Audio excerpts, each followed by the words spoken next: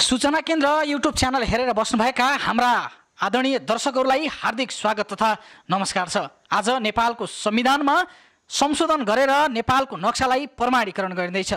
नेपालको निशाना छापमा पनि त्यो नक्सालाई प्रमाणीकरण गरिँदैछ। यो भारतका लागि सबैभन्दा धेरै टाउको दुखाइको विषय बनिरहेको छ। नेपाली संसदमा आज हाम्रा सांसदहरूले देशको राष्ट्रियताको पक्षमा बुलन्द रूपमा आवाज बोलिरहेका छन्। सरिता गिरी जस्ता केही मान्छेहरू संसद भवनमा बोल्न खोज्दाखेरि उनीहरू बहिष्कृत भएका छन् र सरिता गिरी संसद भवनबाट बाहिरिसकेकी छन्। यस्तो अवस्थामा मधेसवादी दल र विशेष गरेर भारतीय नेताहरू हुन् भनेर नेपालमा चर्चा कमाएका नेताहरूले आज यति मिठो र यति दमदार तरिकाले नेपाली राजनीतिको बारेमा र नेपाली सीमाको बारेमा छाती फुलाएर गौरव गर्न लायक तरिकाले विषयवस्तु राखेका छन्। यो विषयलाई हेर्दा नेपालमा एक मतले आज नेपालको नक्सा पारित हुनेछ। संसदबाट संविधान संशोधन गरी नक्सा पारित गर्नै लाग्दा भारतमा भने यसले रुवाबासी नै मचाएको छ। भारतले आफूले हडपेर राखेको जग्गा लिपुलेक, कालापानी र लिम्पियाधुरा आजदेखि सदाको लागि नेपालको बन्नेछ। नेपालले नक्सा र आफ्नो निशाना छापमा यो दुवै चिजलाई प्रमाणीकरण गरेर हाम्रो हातमा ल्याउँदैछ। यस्तो अवस्थामा भारतीय सेना कालापानीबाट कहिले फिर्ता जाला, त्यसको चासो र चिन्ताको विषय सबैभन्दा बढिरहेको छ। नेपाली संसदमा आज आफ्नो छाप पारित भइसकेपछि देशैभर दीपावली पनि मनाइँदैछ। त्यो दीपावलीमा हाम्रो तर्फबाट पूर्ण समर्थन छ र आम नेपाली लाखौं करोडौं नेपालीवासीहरूलाई हार्दिक स्वागत तथा बधाई र शुभकामना छ। मैले यही विषयमा तयार पारेको अब नेपाली सेना बोर्डरमा जानुपर्छ भन्ने विषय अबको भिडियोमा प्रस्तुत गर्न खोजिरहेको छु। नेपाली सेना अब ब्यारेकमा होइन, नेपाल र भारतको बोर्डरमा जानुपर्छ र त्यो बोर्डरबाट नेपाली सेनाले आफ्नो दबदबा र आफ्नो शक्तिलाई देखाउन सक्नुपर्छ। ठेक्कापट्टा र अन्य काममा व्यस्त भएको नेपाली सेना अब साँच्चीकै बोर्डरमा गएर नेपालको रक्षा गर्नेछ भन्ने कुरामा हामी सबैले विश्वास गरेका छौँ। लामो समयदेखि नेपाल र भारतको बीचमा सीमा विवाद चलिरहेको छ। सीमा विवादको कारण भारतले नेपालप्रति देखाउने रवैया भएको राजनीतिक विश्लेषकहरूले बताउने गरेका छन्। भारतले नेपाललाई कहिल्यै पनि आफ्नो छिमेकी मित्र राष्ट्रको रूपमा हेर्दैन। भारतले नेपाललाई सधैँभर आफ्नो भाइको जस्तै व्यवहार गर्ने गरेको छ। आफू ठुलो दाइ र नेपाललाई सानो भाइ ठानेको कारण भारतसँग सीमामा मात्रै होइन, अन्य सम्बन्धमा पनि विवाद हुने गरेको छ। यस विषयमा नेपालमा नयाँ खालको बहस चलिरहेको छ र सीमा विवाद यति बेला नक्सा विवादमा गएर अल्झिएको छ। डाक्टर अञ्जनी कुमार झाले नेपाल र भारत बीचको सीमा विवाद समाधानको लागि अब एक्सन नै लिनुपर्ने बेला आएको बताएका छन्। प्राइम टाइम टेलिभिजनमा प्रसारण भएको जनता जान्न चाहन्छन् भन्ने कार्यक्रममा नेपालका पत्रकार ऋषि धमलासँग कुराकानी गर्दै उनले यस्तो कुरा बताएका हुन्। पत्रकार ऋषि धमलाले हाम्रो देशको सीमा विवाद कसरी समाधान गर्ने, लिम्पियाधुरा, लिपुलेक र कालापानी कसरी फिर्ता ल्याउने भनेर सोधेको प्रश्नमा झाले भने यो प्रश्न तपाईले किन सोध्नु भएको छ, किन मनमा आएको छ? आज मलाई भन्नुहोस्, यो समस्या आज यदि अरू मुलुकमा भएको भए के हुन्थ्यो? म कल्पना गर्न सक्छु नेपालमा, नेपालको इतिहासमा मात्रै हामी यति वीर थियौँ भनेर खाली गौरव गरेर गीत गाउने बेला होइन र यो त्यस्तै अवस्था हो र भनेर उल्टो प्रतिप्रश्न गरेका छन्। अहिलेको बेलामा इतिहास रच्ने कुरो छ। हाम्रो सीमा जस्तो सुकै मुलुकसँग होस्, हाम्रो त दुईतिर ठुल्ठुला छिमेकीहरू छन्। जस्तो सुकै मुलुक होस्, हामी हाम्रो सीमाभित्र आँखा पनि देखायो भने त्यसलाई एक्सन लिन तयार हुनुपर्दछ। उनले कडा शब्दमा यस्तो कुरा व्यक्त गरेका हुन्। झाले भने एक्सन गर्नु पर्यो, हामीसँग सेना छैन, हामीसँग प्रहरी छैन, भारतसँग हामी भिड्न सकिन्न भनेर सोधेको प्रश्नमा उनले जङ्गिँदै भने किन नसक्ने, किन हिम्मत नगर्ने? आखिर युनाइटेड नेसनमा नेपाल सहभागी हुनुको कारण के हो? डराइ डराइ बस्ने हो? लिपुलेक, लिम्पियाधुरा र कालापानीमा नेपाली सेना पुग्नुपर्छ, सिधै एक्सनमा जानुपर्छ, अनि मात्रै यो कुरा अन्तर्राष्ट्रियकरण हुनुपर्छ। 200-400 जना मान्छे मर्न तयार हुनुपर्छ देशको लागि र देशको सीमा रक्षाको लागि। तब मात्रै हाम्रो कुरा अन्तर्राष्ट्रिय स्तरमा उठ्न थाल्छ। त्यसपछि विगतका इतिहासहरू कोट्याएर हेर्दा हामीले गुमाएका सबै भूगोल फिर्ता पाउन सक्छौँ, अनि मात्रै टेबल टक हुन्छ। टेबल टक गर्नको लागि पनि तपाईँ बलियो भएर जानुपर्छ। हामी सधैँ वीरताका गीत गाउँदै मात्रै हिँड्ने हो र? वीरता देखाउने बेला आइसक्यो, ठोक्ने हो। अब त अरू कुनै विकल्प नै छैन, अनि बल्ल गर्न जाने हो टेबल टक। वार्तामा जानुभन्दा अगाडि हाम्रो सेना बोर्डरमा हुनुपर्छ। नेपाली सेना बोर्डरमा जाने, जहाँ जहाँ समस्या छ त्यहाँ त्यहाँ जाने। यसबारेमा अब राज्यले सोच्नु पर्दैन? के नेपालको राज्य सधैँभर भारतसँग नतमस्तक भएर तमासा हेरेर बसिरहने हो? डाक्टर झाले ठाडो शब्दमा भनेका छन्। नेपाली सेना बोर्डरमा पुग्नुपर्छ, अब सिधै एक्सनमा जानुपर्छ। हरेक कुरामा आम नेपाली जनताको साथ छ। भारतले नेपालप्रति देखाएको रवैया अब कुनै पनि हालतमा अन्त्य हुनुपर्छ। यसको अर्को कुनै विकल्प नै छैन। यदि नेपालले भारतसँग आफ्नो शक्ति र आफ्नो वीरता आजको मितिमा देखाउन सकेन भने अहिले हामी दाबी गरिरहेका भूगोलहरू सबै भारतको पक्षमा जानेछन्। आज भारतले दिनदिनै नेपाली बुडर जसरी मिचिरहेको छ त्यसको विरुद्धमा हामीले चर्को तरिकाले आवाज उठाउन जरुरी छ। तब मात्रै नेपाली सेनाको बहादुरताका कारण हाम्रो जमिन फिर्ता हुन सक्छ। भारतमा आरक्षित भएर बसेका हाम्रा लाखौं लाख नेपालीहरूलाई आवश्यकता परेको अवस्थामा देशले देशभित्रै पाल्ने ग्यारेन्टी लिन सक्नुपर्छ।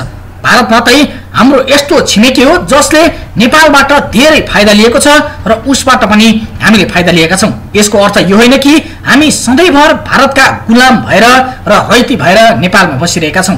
हामीले हाम्रो वीरताको कारण कुनै समय भारतलाई बहादुरी बनाएर चिनाएका थियौं। त्यसकारण हामीले अब भारतसँग हिसाब किताब गर्नुपर्ने बेला आएको छ।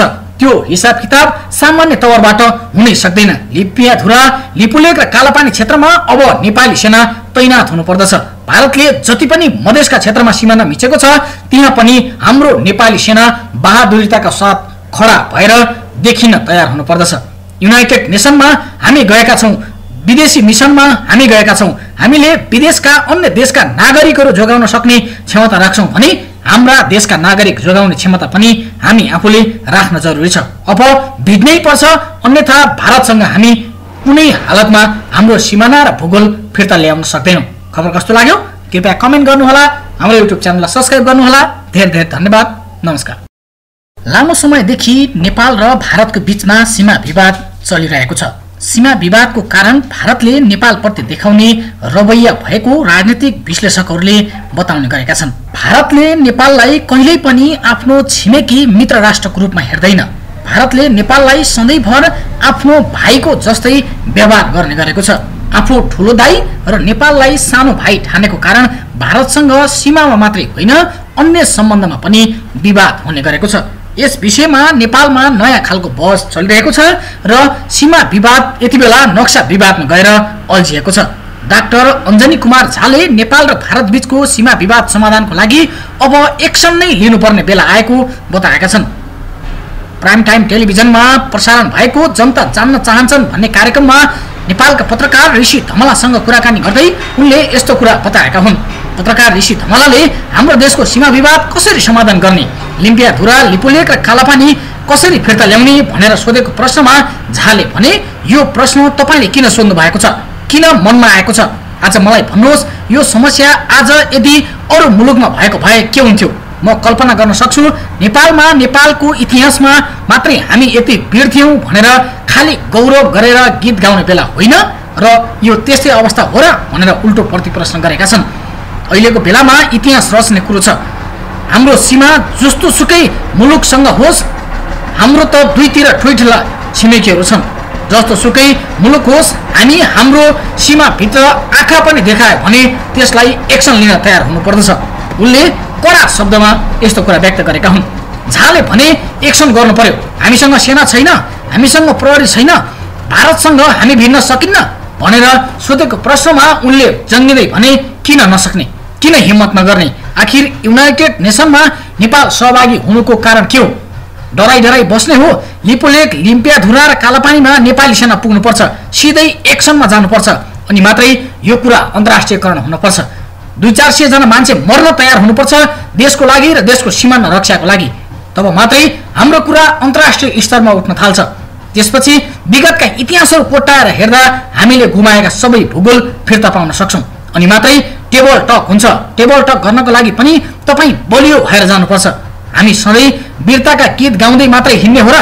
वीरता देखाउने बेला आइसक्यो, ठोक्ने हो। अब त अरू कुनै विकल्प नै छैन, अनि बल्ल गर्न जाने हो टेबल टक। वार्तामा जानुभन्दा अगाडि हाम्रो सेना बोर्डरमा हुनुपर्छ। नेपाली सेना बोर्डरमा जाने, जहाँ जहाँ समस्या छ त्यहाँ त्यहाँ जाने। यसबारेमा अब राज्यले सोच्नु पर्दैन के नेपालको राज्य सधैँभर भारतसँग नतमस्तक भएर तमासा हेरेर बसिरहने हो?